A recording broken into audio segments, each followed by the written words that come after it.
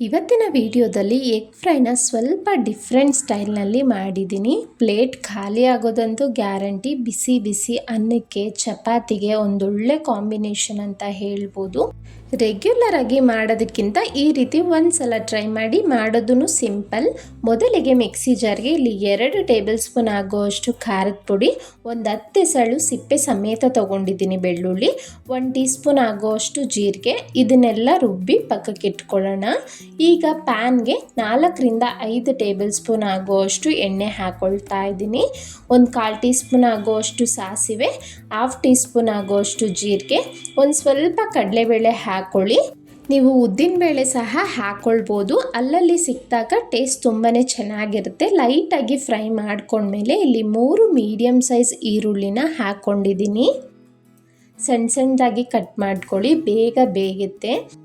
ಒಗ್ಗರಣೆಗೆ 1-2 ಹಸಿಮೆಣಸಿನ್ಕಾಯಿ ಹಾಗೆ ಒಣಮೆಣಸಿನ್ಕಾಯಿ ಹಾಕ್ಕೊಂಡಿದ್ದೀನಿ. ಹಸಿಮೆಣಸಿನ್ಕಾಯಿ ಬೇಡ ಅನ್ನೋರು ಸ್ಕಿಪ್ ಮಾಡ್ಕೊಳ್ಳಿ, ಅದು ಖಾರ ಏನಿಲ್ಲ, ಫ್ಲೇವರ್ಗೋಸ್ಕರ ಹಾಕಿದ್ದೀನಿ ಅಷ್ಟೇ.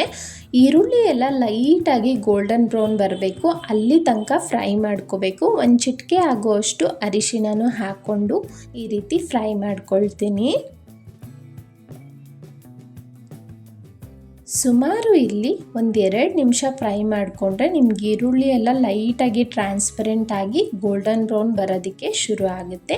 ಈಗ ನೋಡಿ ಈ ರೀತಿ ಆ ಮಧ್ಯ ಭಾಗಕ್ಕೆ ನಾನಿಲ್ಲಿ ಮೊಟ್ಟೆಗಳನ್ನ ಹಾಕ್ತಾ ಇದ್ದೀನಿ. ನಾನಿಲ್ಲಿ 7ರಿಂದ 8 ಮೊಟ್ಟೆ ಹಾಕಿದ್ದೀನಿ. ಮೊಟ್ಟೆ ಹಾಕಬೇಕಾದ್ರೆ ಫ್ಲೇಮ್ನ ಲೋ ಇಟ್ಕೊಳ್ಳಿ. ರುಚಿಗೆ ತಕ್ಕಷ್ಟು ಉಪ್ಪನ್ನು ಹಾಕ್ಕೊಳ್ಳಿ.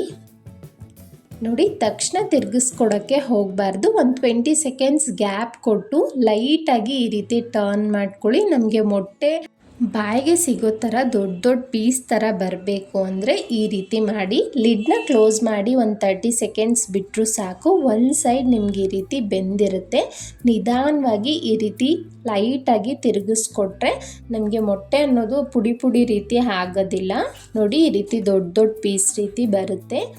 ನಾನು ಇದೇ ರೀತಿ ಲೈಟಾಗಿ 1-2 ನಿಮಿಷ ನಿಧಾನವಾಗಿ ತಿರುಗಿಸ್ಕೊಟ್ಟಿದ್ದೀನಿ. ಲೈಟಾಗಿ ಮೊಟ್ಟೆ ಫ್ರೈ ಆಯ್ತಲ್ಲ, ಈಗ ನಾವು ರುಬ್ಬಿ ಇಟ್ಕೊಂಡಿರೋ ಅಂಥ ಬೆಳ್ಳುಳ್ಳಿ ಹಾಗೂ ಖಾರದ ಪುಡಿ ಜೀರಿಗೆ ರುಬ್ಬಿದ್ವಲ್ಲ ಅದನ್ನು ಹಾಕ್ಕೊಂಡಿದ್ದೀನಿ.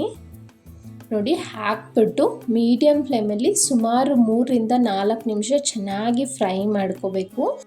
ಮೊಟ್ಟೆ ಜೊತೆ ಆ ಪೇಸ್ಟ್ ಎಲ್ಲ ಚೆನ್ನಾಗಿ ಬೆರೆತು ಚೆನ್ನಾಗಿ ರೋಸ್ಟ್ ಆದರೆ ಒಂದೊಳ್ಳೆ ಫ್ಲೇವರ್ ಕೊಡುತ್ತೆ. ಸುಮಾರು ಒಂದು 3-4 ನಿಮಿಷ ಆದಮೇಲೆ ಇಲ್ಲಿ ಸ್ಟವ್ನ ಆಫ್ ಮಾಡಿಕೊಂಡು ಫ್ರೆಶ್ ಆಗಿರೋವಂಥ ಕೊತ್ತಂಬರಿ ಸೊಪ್ಪನ್ನ ಹಾಕ್ಕೊಂಡು ಒಂದ್ಸಲ ಮಿಕ್ಸ್ ಮಾಡಿದ್ರೆ ಎಗ್ ಫ್ರೈ ರೆಡಿ ಆಗೋಯ್ತು. ಸ್ಪೈಸಿಯಾಗಿ ಏನಾದರೂ ತಿನ್ನಬೇಕು ಅನಿಸ್ದಾಗ ರೈಸ್ ಜೊತೆ ಇದೊಂದೊಳ್ಳೆ ಕಾಂಬಿನೇಷನ್. ರೆಗ್ಯುಲರ್ ಆಗಿ ಮಾಡೋದಕ್ಕಿಂತ ಈ ರೀತಿ ಒಂದ್ಸಲ ಮಾಡಿ ನೋಡಿ, ಹೇಗೆ ಬಂತು ಅಂತ ಕಮೆಂಟ್ನಲ್ಲಿ ತಿಳಿಸಿ.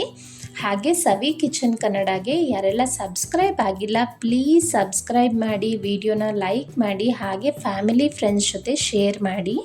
ಇನ್ನೂ ಹಲವಾರು ರೀತಿಯ ಕ್ವಿಕ್ ಆ್ಯಂಡ್ ಟೇಸ್ಟಿ ರೆಸಿಪೀಸ್ ಇದೆ, ನನ್ನ ಚಾನಲ್ನಲ್ಲಿ ನೋಡ್ಬೋದು. Thank you.